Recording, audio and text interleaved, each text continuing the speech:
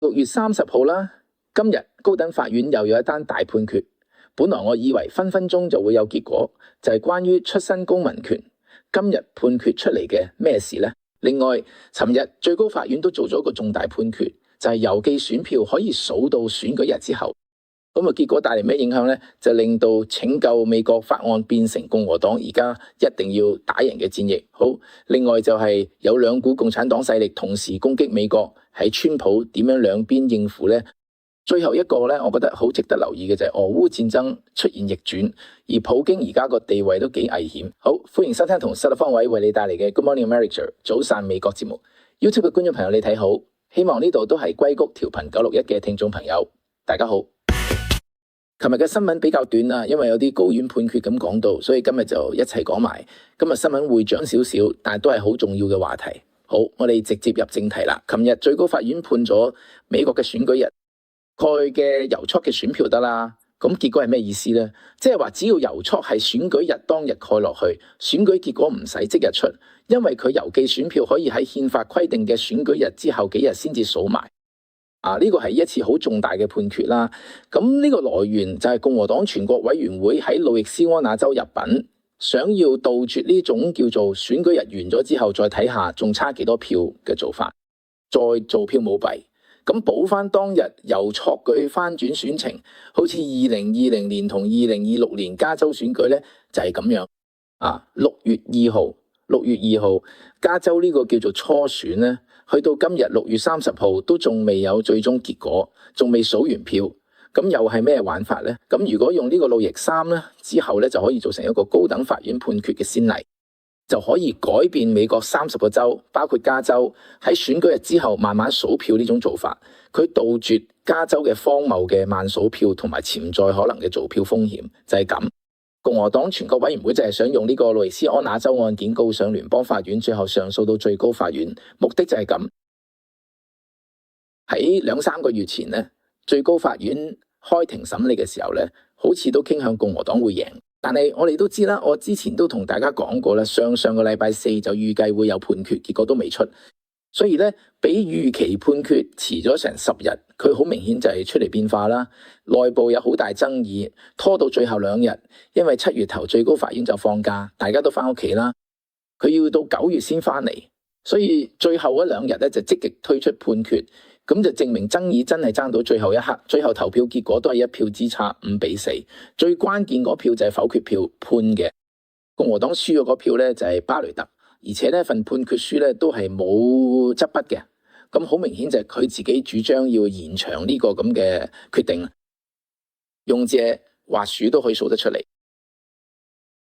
選舉之後就係跟佢嘅主張，你如果問佢主張係咩呢？巴雷特就話我哋主張係民本主義。咩叫民本主義？即係話憲法寫明投票日 Election Day 就係選民投票嗰日，憲法嚟講過點樣去點票，所以我就照咁樣去判。喺另外一個大法官咧，阿里頭就話憲法講明選舉日 Election Day 就係選舉完成嗰日，如果你咁樣判就等於否決晒所有選民嘅權利。呢個有意義嘅選舉日 Election Day 嘅含義，如果選舉變咗做選舉週或者選舉月，佢仲點算係符合憲法呢？所以大家聽唔聽得出嚟啊？呢個係對唔住，都係講緊同一樣嘢。呢個 Election Day 呢個字眼有唔同嘅理解。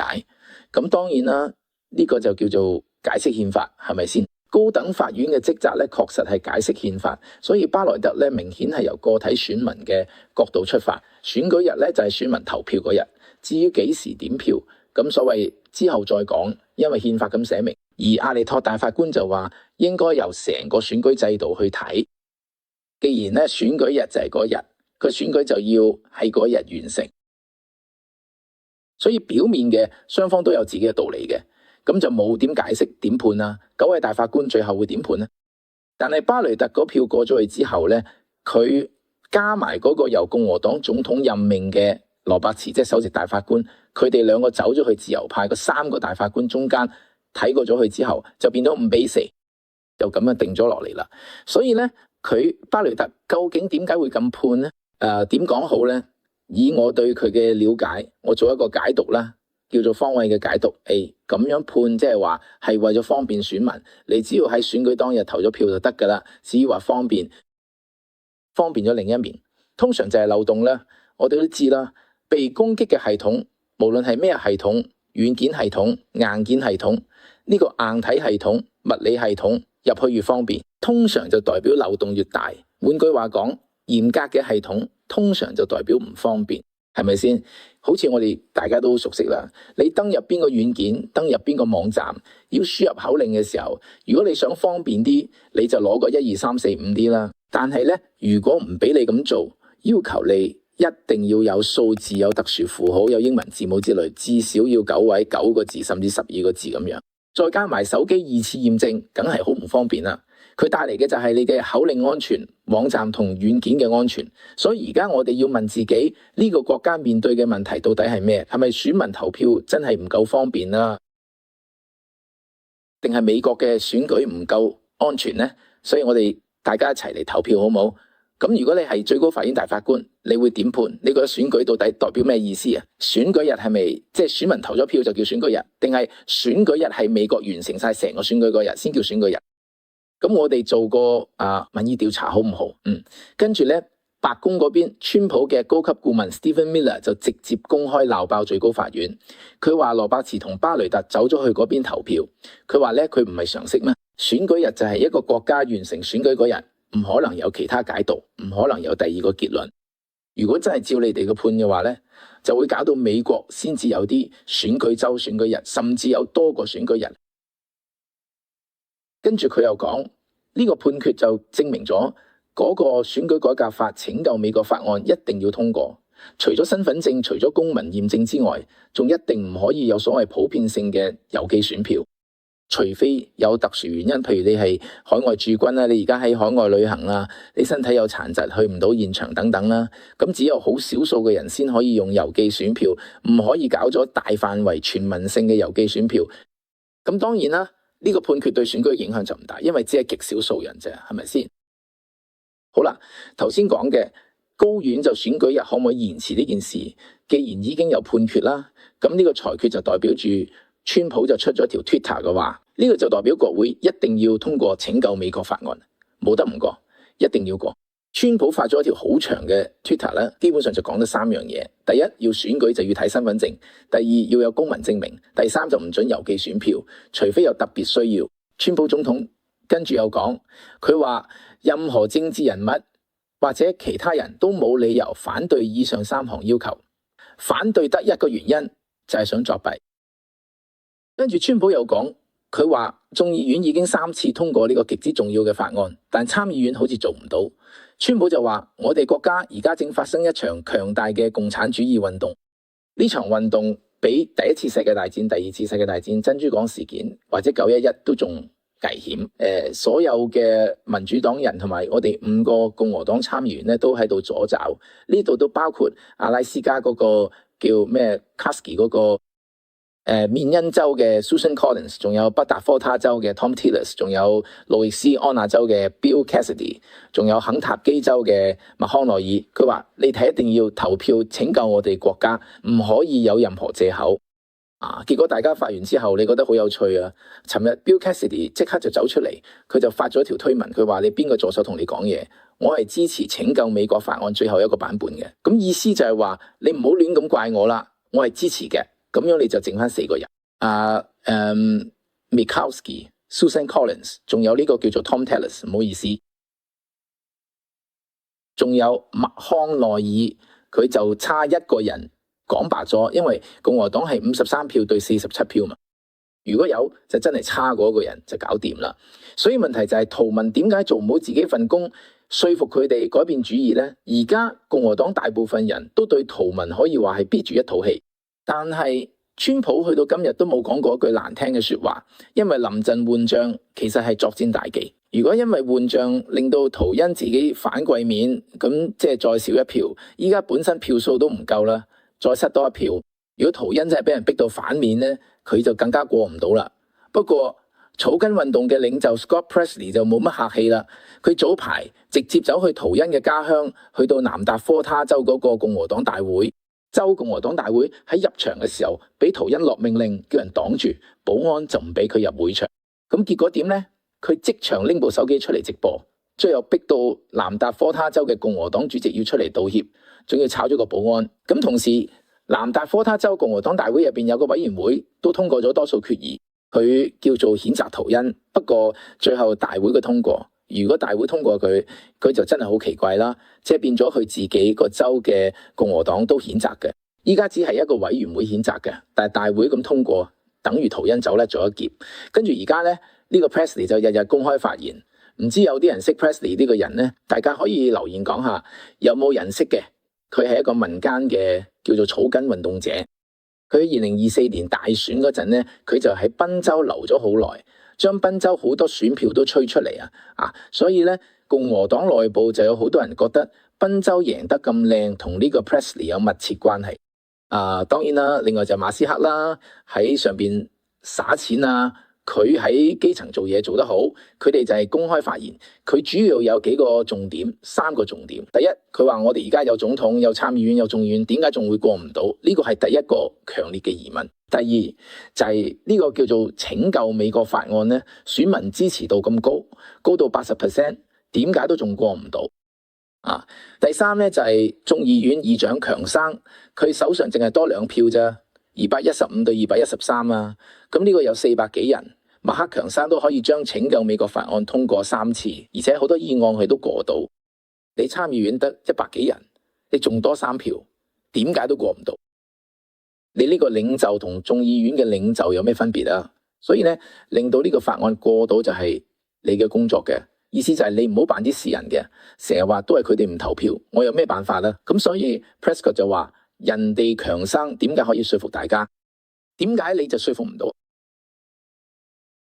咁所以咧，都有觀眾朋友問我話，點解圖文會有呢個態度？我同佢講老實話，我到今日都攞唔明，我真係攞唔到。唯一我聽得出嚟嘅意思就係有人勸佢話廢除 filibuster， 唔好俾 filibuster 阻住條路，因為60票共和黨點都睇唔到。佢講咗一句心底話，佢話如果有人要偷車，好似係我俾咗條匙咁咩？咩意思咧？佢就覺得廢除 filibuster 係政治錯誤。所以咧，你廢除 filibuster 就好似偷車一樣。民主黨一上台就會廢除 filibuster， 但我就唔想廢。你話民主黨你要偷車，唔好話係我俾咗條匙，呢架車我唔會俾匙你，所以你做壞事我唔理，就係佢嘅意思。咁所以我讀出嚟嘅意思就係約翰圖文咧，其實係想自稱咧，就好似嗰個叫 Mark Murphy 嘅肯塔基州嗰個眾議員一樣。我都係同一個評論，如果你淨係想自保嘅話，其實你唔應該去國會做嘅，因為嗰度係要為天下人服務嘅。我哋中國孔子都講，窮就自保，達就要幫天下人。如果你淨係想自保，咁你去國會做咩啫？甚至仲要做一個黨嘅領袖咩？好啦，再講多句，其實佢只係唔想廢除 filibuster 啫。就算可以理解，你都可以執行 filibuster 噶嘛。即係真係要對方企出嚟講，講到佢哋好講為止。點解唔做呢？因為咧，圖文嘅理由就係話，佢話我哋唔可以咁做。因為如果佢做其他嘢就做唔到啦，結果咧佢啱啱又俾參議院放咗2個星期假，參議院嘅人翻咗屋企，而且聽講8月都唔會翻嚟開會，所以咧真係搞唔明白啦。佢話我哋好忙，冇得做 filibuster， 唔可以攞晒參議院嘅時間嚟做 filibuster。而家明明有時間，佢都係俾大家翻屋企放假，所以我真係睇唔到佢嘅動機係咩嘅。潔身自好。啱啱講嘅可能仲加埋偷懶咧，因為佢唔想承受壓力啊。因為如果你要做所謂 talking filibuster 啦，你就要堅持到底，要確保50個人都喺現場，因為對方隨時都可以放棄 filibuster， 然後即刻開始投票。結果你50個人唔喺度，人哋如果有47票喺度，你就可能打唔贏。所以要維持50個人嘅現場咧，其實係好困難嘅事。所以佢唔想做呢件事就偷懶。佢有冇可能呢？但問題係你咁樣做，依家搞到壓力大到爆啊！而家成個共和黨嘅矛頭會越嚟越指向你嘅高院，呢個叫做判決完之後，川普就喺路可行，剩翻拯救美國法案呢一條路，所以成個黨嘅壓力都會壓喺領頭人身上。咁所以如果佢真係唔俾佢過嘅話，2028年佢唔好話做參議院領袖啦，咁大概連參議院都做唔到，因為如果川普同南德科大州講要佢落台。佢哋就真係要落台，因為川普嘅影響力實在太大，所以淨係唔想承受壓力而賭上自己嘅政治生命去頂住成個黨嘅壓力，變成共和黨嘅眾矢之的，咁樣都講唔通。咁所以就真係好奇怪啦。當然都有啲網友話佢哋肯定係俾民主黨收買嘅，我覺得呢個都講唔通，因為佢已經係共和黨參議院領袖啦，民主黨有咩本事可以收買嘅？佢有咩必要俾人收買啊？OK， 因為如果民主黨真係收買咗嘅，將來件事一爆出嚟，共和黨嘅南達科他州，因為南達科他州100%都係共和黨嘅地頭，佢都唔會再選噶啦。咁所以等於係投靠民主黨，自己送自己落台，因為民主黨都唔可能俾佢做參議員，所以咧都講唔通啦。佢到底咩原因真係幾令人費解喎？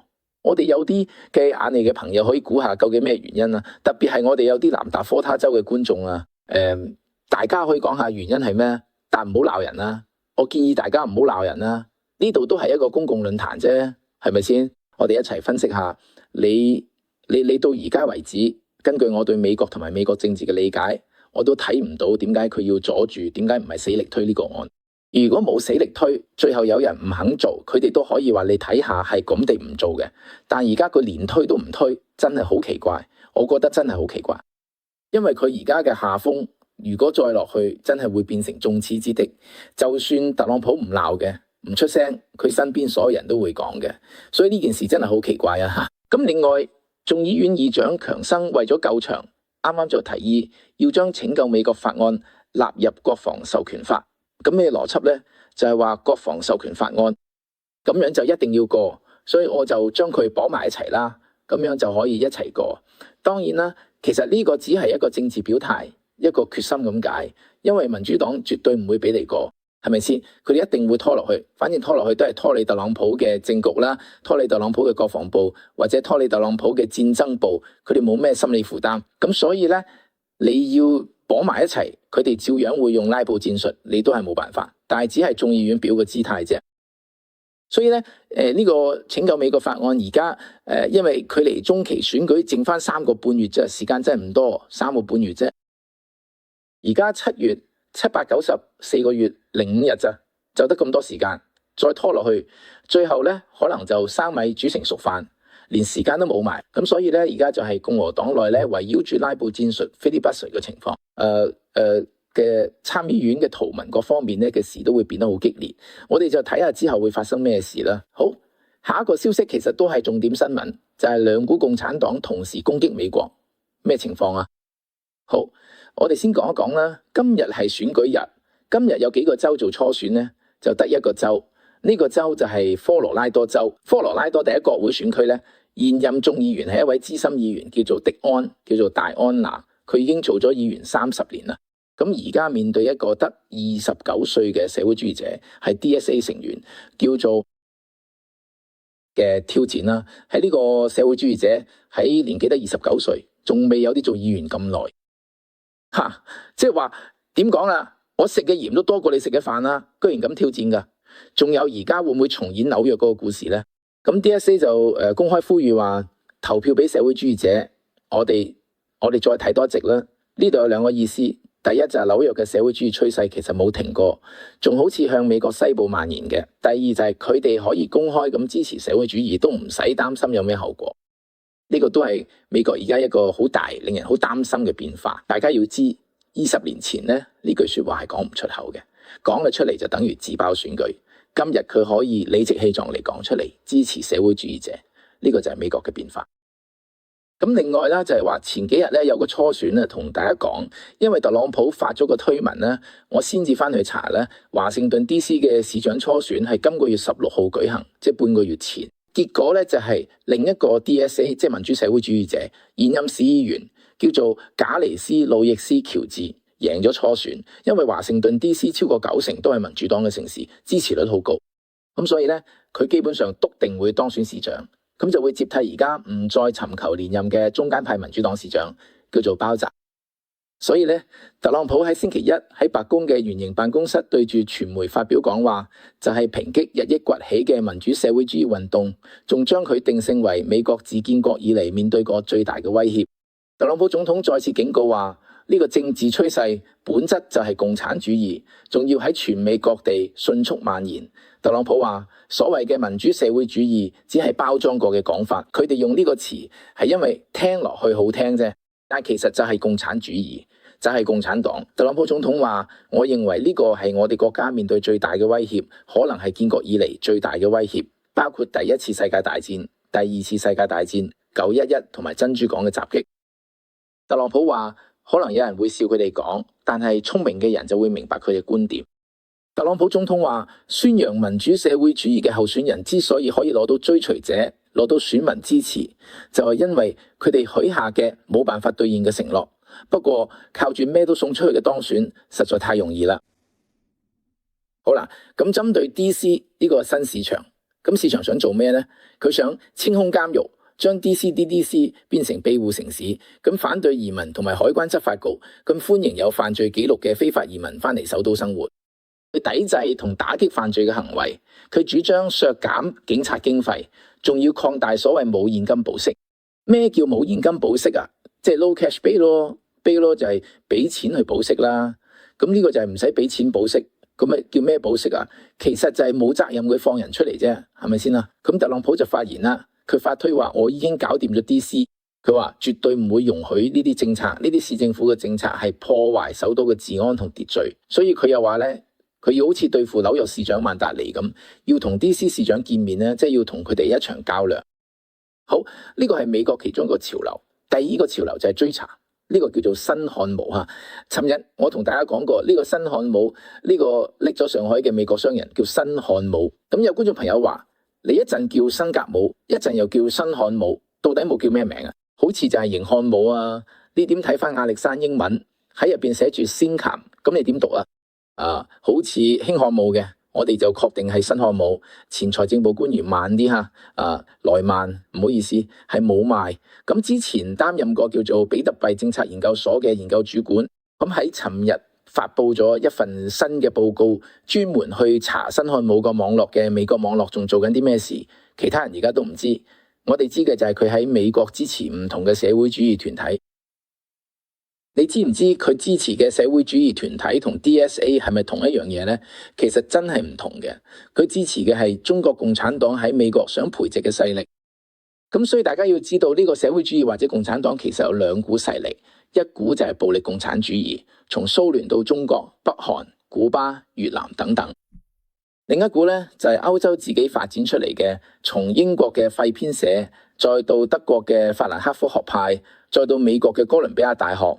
之後再傳入美國唔同大學，好似哈佛、耶魯咁，慢慢開枝散葉，變咗今日咁嘅情況。呢種情形就叫做漸進式共產主義，佢係分開兩條路行嘅。至於呢個新漢姆，其實就代表住中國共產主義伸到美國嘅一隻手。所以唔單止喺中國，美國各地都組織咗好多極左派去呼應中國共產黨佢個運動。啱啱先發生咗一件事，就係被揭發咗佢哋喺全國各地組織群眾，去反對同阻止美國人工智能基礎設施嘅建設同數據中心嘅開發。咁喺全國14個州，佢哋組織喺21場運動，反對當地開發人工智能基礎設施。OK， 佢呢啲運動係由美國叫做社會主義同解放黨擔任關鍵動員者。佢哋試圖阻止接近240億美金嘅人工智能同數據中心投資，而呢啲投資確實俾人延遲縮減，甚至完全擋住。佢哋利用咗好多當地居民對用水、用電同土地使用嘅擔憂，將呢啲擔憂放大，用激進分子一套講法喺協調組織示威，鼓勵市民起身阻止呢啲數據中心嘅建設。呢份報告話，美國對數據中心嘅反對係真實存在嘅，而且係本土自發嘅，背後就係佢有組織同外國結盟嘅組織，一直努力放大，仲將呢啲所謂真實嘅不滿變成行動，從而削弱美國數據中心嘅建設。呢份報告舉咗個例子，咁北卡喺夏洛特咧，呢個叫做社會主義同解放黨嘅組織，佢哋喺呢個城市逐家逐戶嘅拉票、傳閱、請願，仲組織抗議活動。之後咧，市議會咧就因應市民反彈，一致通過佢為期150日嘅數據中心叫停令。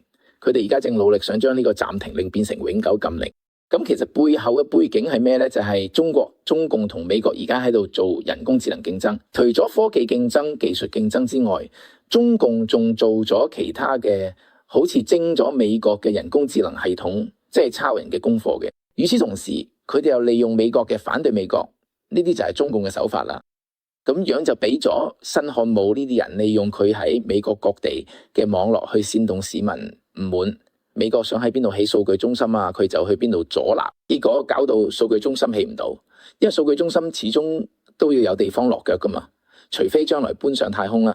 馬斯克嘅呢個理想要實現到，否則你喺本地都要面對當地居民嘅態度。佢就用呢種煽動手法去阻止，而且幾有效，已經擋咗20幾單案，冇辦法再推進，有啲案仲被徹底終止嘅。